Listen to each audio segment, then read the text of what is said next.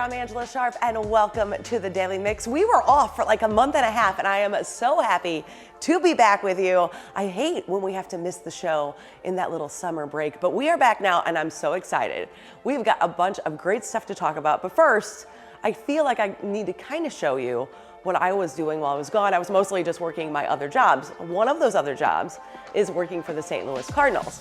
Now, I know that not everybody is gonna know who this is, but if you're of a certain demographic, you remember the Brady Bunch.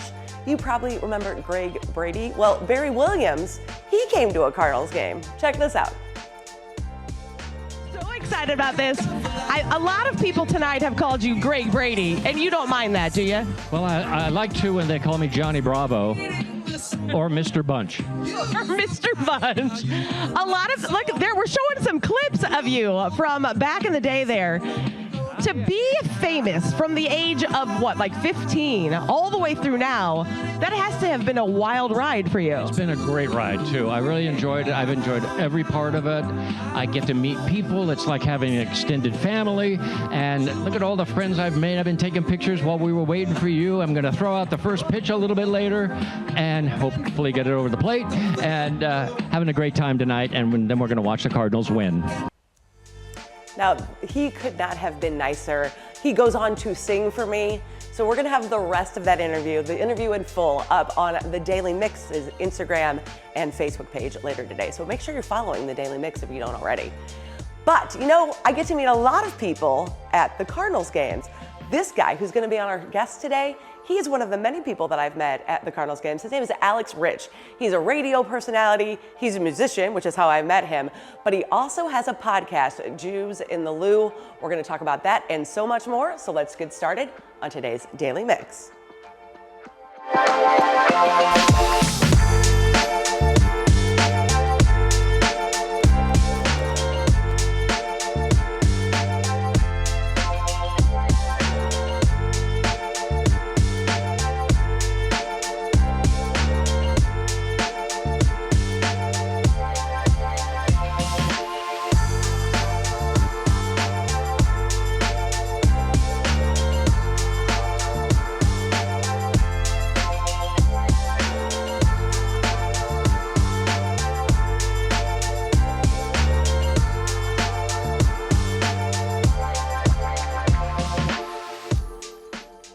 Summer long, you can enjoy free live music at the park in the Skinker de Bolivar neighborhood.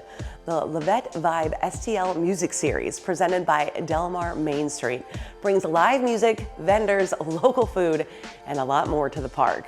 The concerts cover a mix of genres, including soul, jazz, blues, hip hop, funk, indie, all from local and regional artists. The free concerts run from 3 to 7 on the second and fourth Sunday of each month through September. You can learn more about the Vibe Music Series at delmarmainstreetstl.com. Now this weekend, the Science Center will reopen the James S. McDonnell Planetarium and unveil major improvements and technology upgrades that will make it the largest and most advanced hybrid planetarium in the country. The reopening ceremony will include a ribbon cutting to welcome guests into the new Star Bay and a demonstration of the new technology. The ceremony starts at 9:30 a.m. this Saturday. You can learn more about all of the upgrades, which were nearly 6 months in the making, at slsc.org. Now, if you've been thinking about changing to a new, more rewarding career, or want to advance your current job, now is the time to apply for Rung for Women. Their free career accelerator is custom made for St. Louis women. Not only do they offer training for the fastest growing areas in the St. Louis market, but they also provide customized support to help members level up and make more money. And that's really what we all want, right? They are truly transforming lives over there. They're currently accepting applications for their fall cohort, but you need to act really fast. Are you listening to me? The deadline to apply is Monday, July 20th, so you have to act really fast. Now you can learn more about the program and apply online at runforwomen.org. You can also check out Let's Talk. It's an episode from earlier in this year featuring Run's CEO, Leslie Gill, and finding out even more about the program and what their mission is. Now, I know it's only July and we're still in the heat of summer, and summer is my favorite. So nobody wants to talk about going back to school. That's not even on your list at all. But it's not too early to start scheduling those sports physicals and other back to school healthcare services you may need. To make sure all families, no matter their ability to pay, have access to all of those services, Athenia Healthcare, Betty Jean Kerr People's Health Centers, and Family Care Health Centers have come together to create STL First Bell Health. This initiative has all three centers, and they'll be hosting back-to-school events and outreach activities, offering the required healthcare services students need. You can visit 3 websites on your screen to learn more about STL First Bell Health and back-to-school events. Okay, so we don't want to think about going back to school. I know that, you know that, but think about it this way. When you go back to school, you get closer to one of my favorite holidays, Halloween, of course. Now, Fright Fest returns to Six Flags in September, and they're getting ready to start their search for ghosts and goblins. If you're interested in being part of the Fright Fest or Boo Fest, you will need to attend an in-person audition. They have it July 25th, July 26th, August 2nd, August 8th, or August 9th. So one of those you have to go to between 10 a.m. and 5 p.m.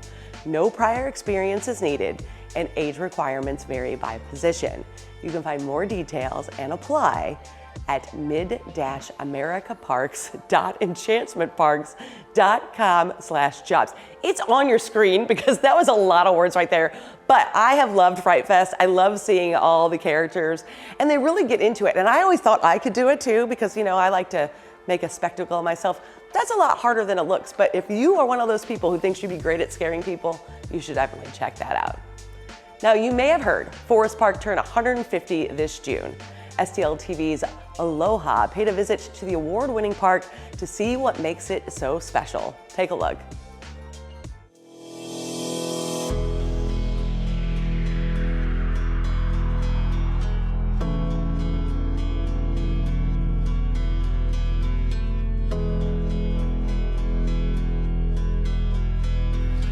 Hello, St. Louis. My name is Aloha Michelle, and we are taking it to the streets. Or should I say, Forest Park. Forest Park has been named the best park in the USA for the 3rd time in a row for the past 5 years. And today, I'm here to show you why. So let's take a walk around the park, smell some flowers, talk to some park people, and celebrate this beautiful place right here in our city.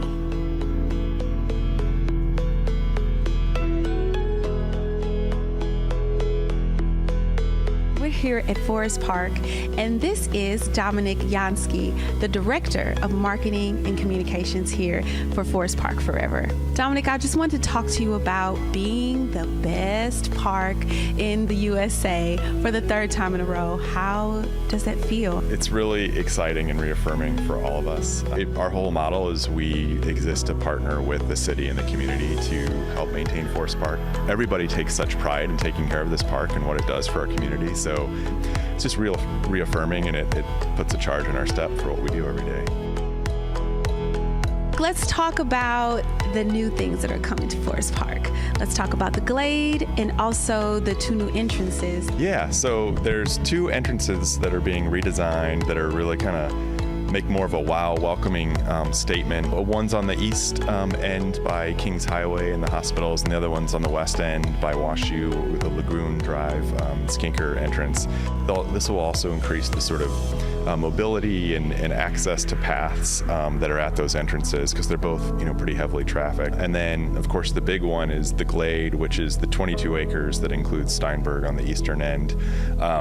That's going to restore a nearly 70-year-old ice rink and building, but also make it so much more. There's going to be dining, there's going to be a flexible rink that can have roller skating and festivals and markets. There's going to be amazing, like to call it a splash pad or dancing fountain doesn't do it justice. It's going to be a place where kids can play, where you can sit on the cascades and not get wet if you don't want to get wet. It's going to be a great connection to the rest of the park and to the neighborhoods around it.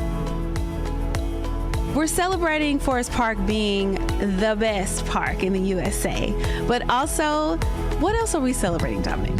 It is the 150th anniversary of Forest Park. So 1876 to 2026, it's been part of the fabric of St. Louis, and it just keeps getting better and better, we think. We have some things planned this year to celebrate the anniversary. On any day, you can check out our website, forestparkforever.org. There's an events calendar that kind of gives you the highlights of what's going on in the park.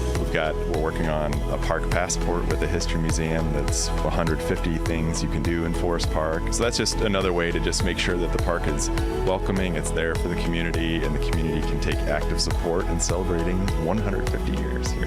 Dominic, thank you for your time. Thank you for sharing the plans that are happening with Forest Park. Thank you for the work that you're doing with Forest Park Forever and being my first interview with STL TV.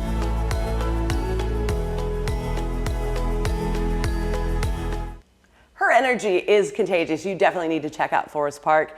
Now, by the magic of television, I'm joined by Alex Rich. Thanks for being here. Thanks for having me. I'm excited. It's a different stage for us now. It is a different stage. Yeah. So for people who don't know, I really got to know you because you play every single Sunday. Every Sunday. In the section that I hang out with Yeah. at the Cardinals games. Yeah, Bud Terrace, Sunday Fun Days at Busch. It's awesome. I love, obviously playing at Busch Stadium, but when you're up there hanging out, it's it's really a great time. Plus, I know that if for some reason I've wandered off, you can handle 100%. that I've wandered off.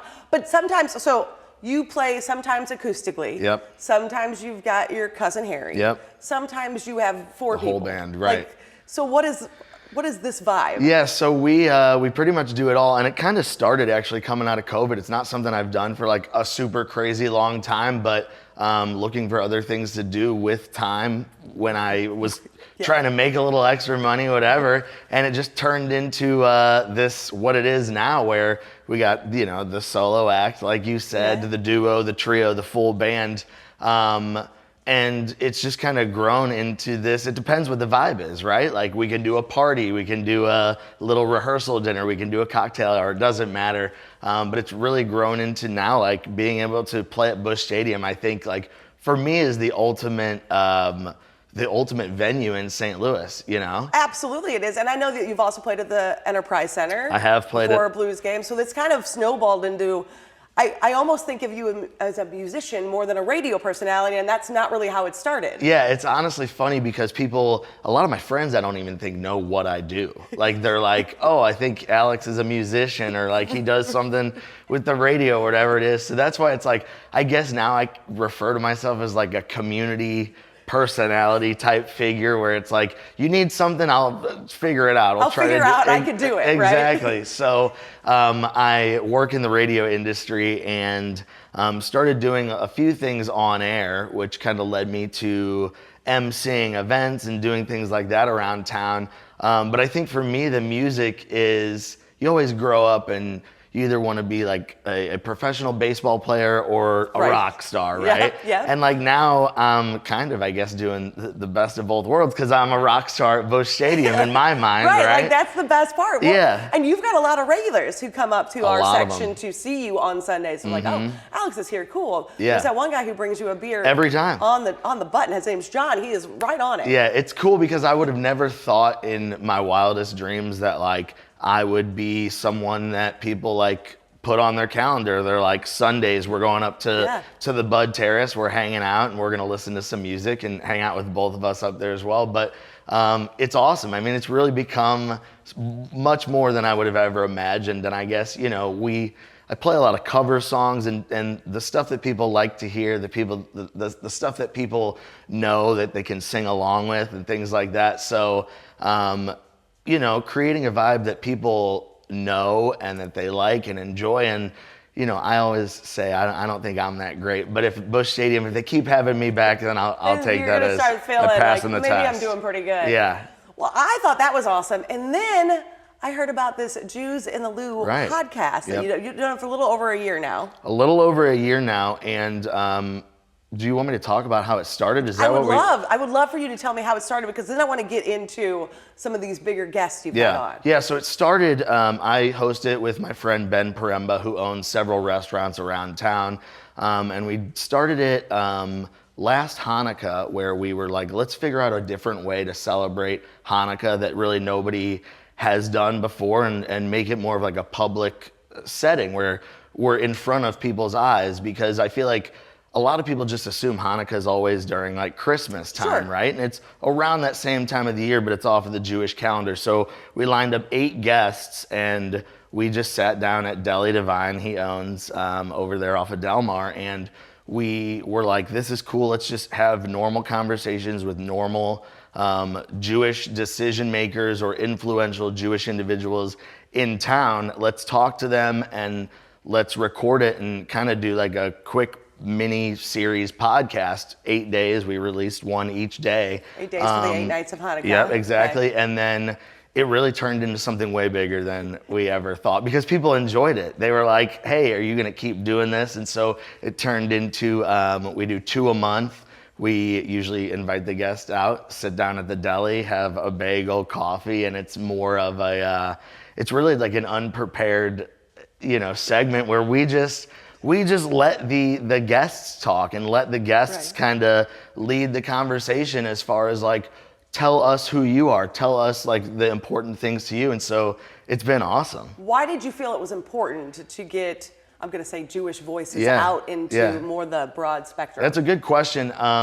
It's during a time, I think, when we started this up where there always has been a lot of hate against Jewish people, against many different religions. But for me, I've, felt a lot of the times I was the first Jewish person that a lot of people met, which is, in my mind, it's crazy to think that, but that is the case. I went away to college and I was the first person that celebrated Hanukkah that a lot of people, met. And so it was important for us to show that the Jewish decision makers and the Jewish individuals that we're having on our show are just normal people in the community. They're people that are part of the St. Louis community, part of what makes St. Louis so great and what it is. And I think that there's several guests that we've had that a lot of people are like, wait, I had no idea. Sure, and one of those guests kind of brings it back full circle for us into the Cardinals realm. So let's talk about that guest, and how did you get Chaim? Yeah, so Chaim Bloom, obviously that was the big guest for me. I wanted to get Chaim on, and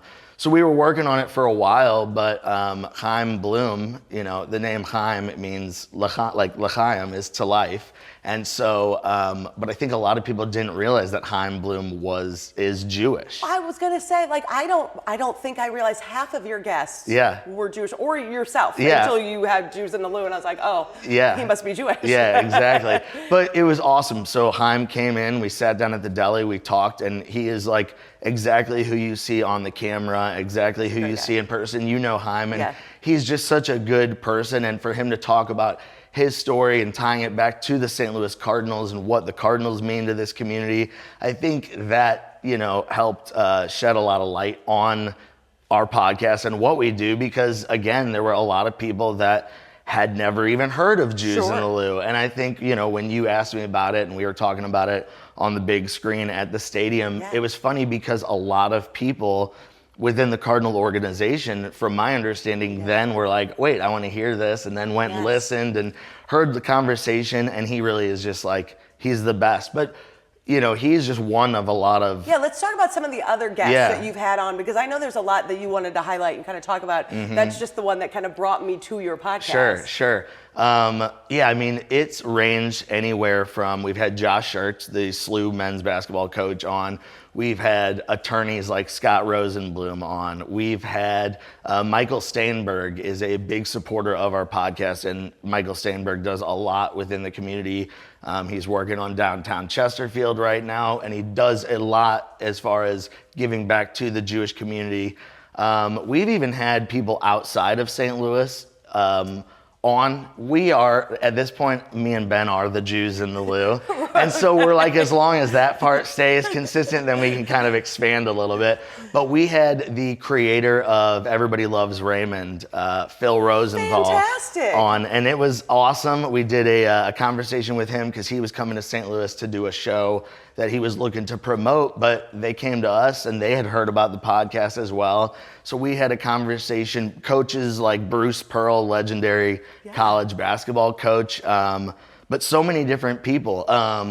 Gosh, I mean, the list goes on and on. I was going to say, honestly. you've got over a year's worth of content up on your YouTube page. I think we've done, I want to say we've done, close to like 30 episodes now. I think when I looked it up, it was 31. So I think you're Okay, right on the all money right, there. all right, there you which go. Which is pretty fantastic. Yeah. I feel like we could talk all day, but I feel like I want to make sure that everybody knows where to find these, where to find out what you're doing before we have to go. So let's start with Jews at the Lou. How can somebody follow along, find your podcast, see what you're doing? Yeah, so you can follow on social media at Jews in the Lou.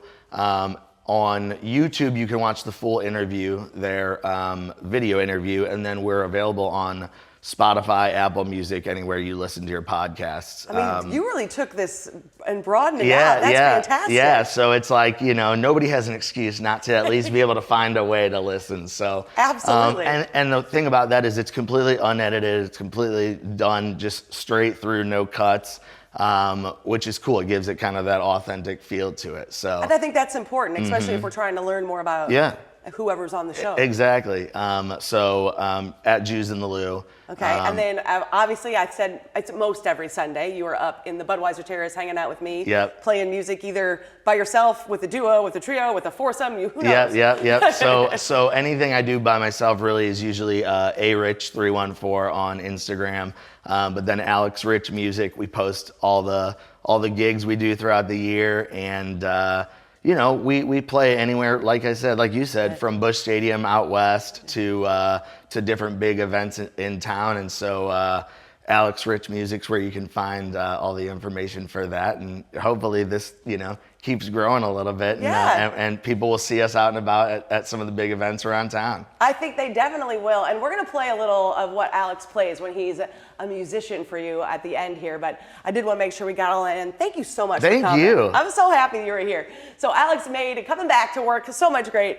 Make sure you follow Alex Rich on all the places he told you about. But then you can follow us, of course. We would love that if you follow The Daily Mix, but make sure you subscribe to our YouTube channel as well for more great STL TV programming, and you can experience St. Louis. Now, like I said, we're going to leave you with some Alex Rich, but I will see you next time. I heard that there's a special place. Boys and girls can all be queens every single day. I think my wicked dreams of leaving Tennessee or Santa Monica, I swear it's calling me.